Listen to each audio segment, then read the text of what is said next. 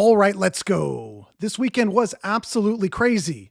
I can't remember a weekend that was this wild since the time that little Gavin Newsom, in his skin-tight pants, went out and performed his amazing dance routine for everyone. So I hope all the dads had a happy Father's Day and that your families treated you like the kings that you are. I literally can't believe how much has happened since my last video. We had senators who are starved for attention, interrupting press conferences, and then demanding to play Twister with the Secret Service. A war broke out in the Middle East, prompting one federal judge in San Francisco to order that Israel rebuild all of Iran's nuclear facilities. We spent an estimated $35 million to celebrate our military and the birthday of President Trump. This, of course, triggered many liberals who claimed we're only supposed to spend that type of money when we're trying to impress the leader of the Chinese Communist Party. A tragic shooting spree that left one congresswoman dead and another severely injured. Speculation that the killer has some connection to Tim Walz. I've become friends with school shooters. I've seen it. But I'm not sure if the photo of his arrest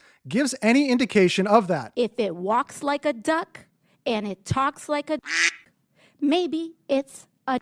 And of course, the much anticipated No Kings rally that were mostly peaceful, happening throughout the country. Trump's a bitch. Yeah, why is that? I don't know. We don't like him. That's the word around here. Any particular reason why you don't like him? No clue at all. I'm just going with everybody else saying. I was a little bit worried about the rallies, especially when they started to break out some of the big-time heavy hitters. Anytime they roll out the lady whose face can stop a bird shit in midair, I get a little bit nervous. Even Canada got involved to show their support.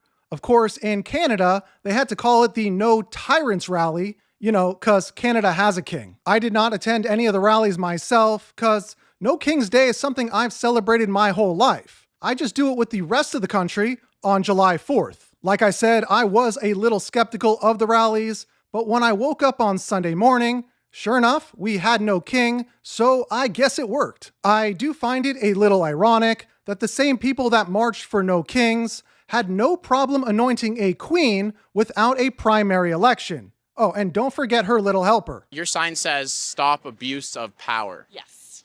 In what regard? Well, with everything that's happening in our politics, I think it's pretty straightforward. Like with Trump? Yes, it seems that money goes a long way right now with our politicians, and that needs to stop. So would you say it was an abuse of power how they just removed Joe Biden out the Democratic primary and installed Kamala Harris? I don't know that I can comment on it. So times are getting a little tough, but if your stomach is feeling a little queasy, this may be the perfect medicine. We got some big XRP news right here. Ripple CTO proposes fee upgrade for XRP Ledger to challenge Ethereum. David Schwartz, aka Joel Katz, proposed a fee escalation mechanism for the XRP Ledger to counter Ethereum's high gas fees. The upgrade aims to prioritize transactions with higher fees during congestion, enhancing efficiency and user experience. The goal here is to position the XRP Ledger as a competitive alternative to Ethereum. And as we anxiously await a final decision from Judge Torres in the Ripple versus SEC case, Ellie Tourette says the SEC and Ripple have jointly requested a Manhattan District Court to dissolve the injunction in their ongoing case and release the $125 million civil penalty held in escrow. They're proposing that $50 million be paid to the SEC, with the remaining funds returned to Ripple.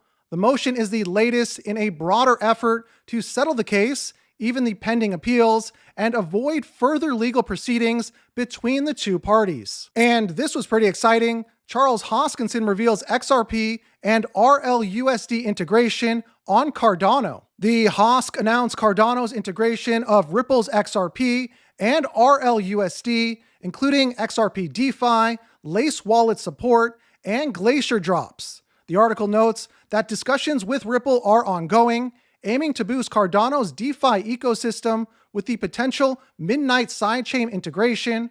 However, no timeline was specified. And we'll take a look at some updated target price levels here in just a minute. But first, let's take a look at some other top headlines.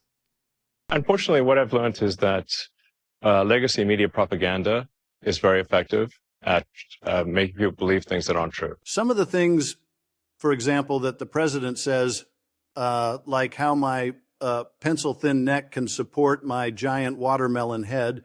This kind of rhetoric is precisely what can lead to political violence. What a stupid question that is. What a stupid question. But I watch you a lot. You ask a lot of stupid questions. Tampon Tim has deleted all of his social media posts where he praised Vance Bolter. I can't even imagine how it's going to go when he's questioned by police, since the man can't even answer a simple question. What is a woman? What is a woman is the question. I'm not sure I understand the question here. In response to Senator Anthony Padilla being arrested, Gavin Newsom posted this: if they can handcuff a U.S. senator for asking a question, imagine what they will do to you. Keep in mind, this is the same guy who had people arrested for the unspeakable crime of sitting on a beach during flu season. Not even CNN was willing to back Padilla's actions. There's no doubt about it. I mean, she was holding a press conference and doing a press statement. He's not a member of the press. It wasn't like a hearing where it was an open forum for senators to ask a question. He clearly showed up to a public event to create a moment and do what you're saying, sort of show his constituents, not just Democrats, but that he's fighting from his perspective. As mentioned before, this weekend's rallies did remain fairly quiet and peaceful. In fact, the loudest noise probably came from the screaming zipper on Jasmine Crockett's jeans. For anyone that may need to take their car in for service, just be aware of this new scam that mechanics are trying to pull. I love when people think that I'm stupid, because tell me why I'm at the mechanic shop and he talking about I need a Cadillac converter, but I drive a Jeep. I don't understand. Make it make sense. A Cadillac converter. I don't even have a Cadillac.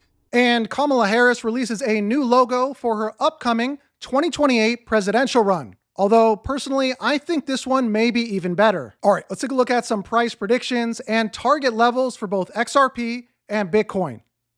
We'll start with a look at XRP on the 1-week time frame. The hidden bullish divergence comparing price and stochastic RSI is still in play on the weekly, the 2-week, and the monthly scale. If both lines of the SRSI can stay above the 20 level, which is this red line here, and RSI can break the multi-month trend line, which is this yellow line, and stay above for the next few weeks, you should expect another breakout to the upside. We have added this green box as the next take profit level to pay attention to.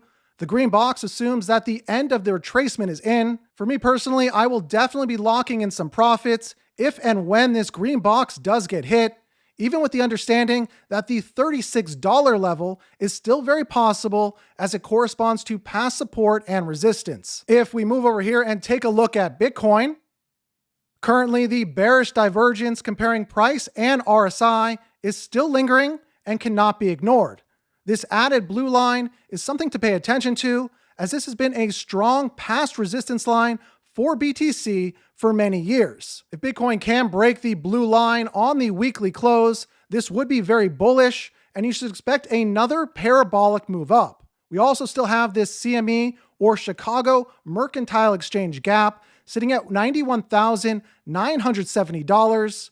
Again, we don't know if this gap will fill this bull cycle or next bear market, but it's good to keep this in mind if we start to experience more downside action. So you know I'll be watching, and I'll keep you updated with any new information. I think what we continue to learn is that the real kings were the ones who shut down your businesses, made you get a shot to keep your job, and censored not only you, but the media as well. Am I the only one who thinks when white people try too hard not to be racist, that's low-key kind of racist? Only when you remove the mask of liberalism can you really see what's lying underneath. Always be careful when you order things online. My neighbors ordered a German Shepherd, and now this guy lives with them. For any of you guys that are single, here's proof that the perfect woman really does exist. 23. And if you have a couple more minutes, you may also like this video right here. Shocking news from the CEO of Ripple about the price of XRP. Until the next time, be safe.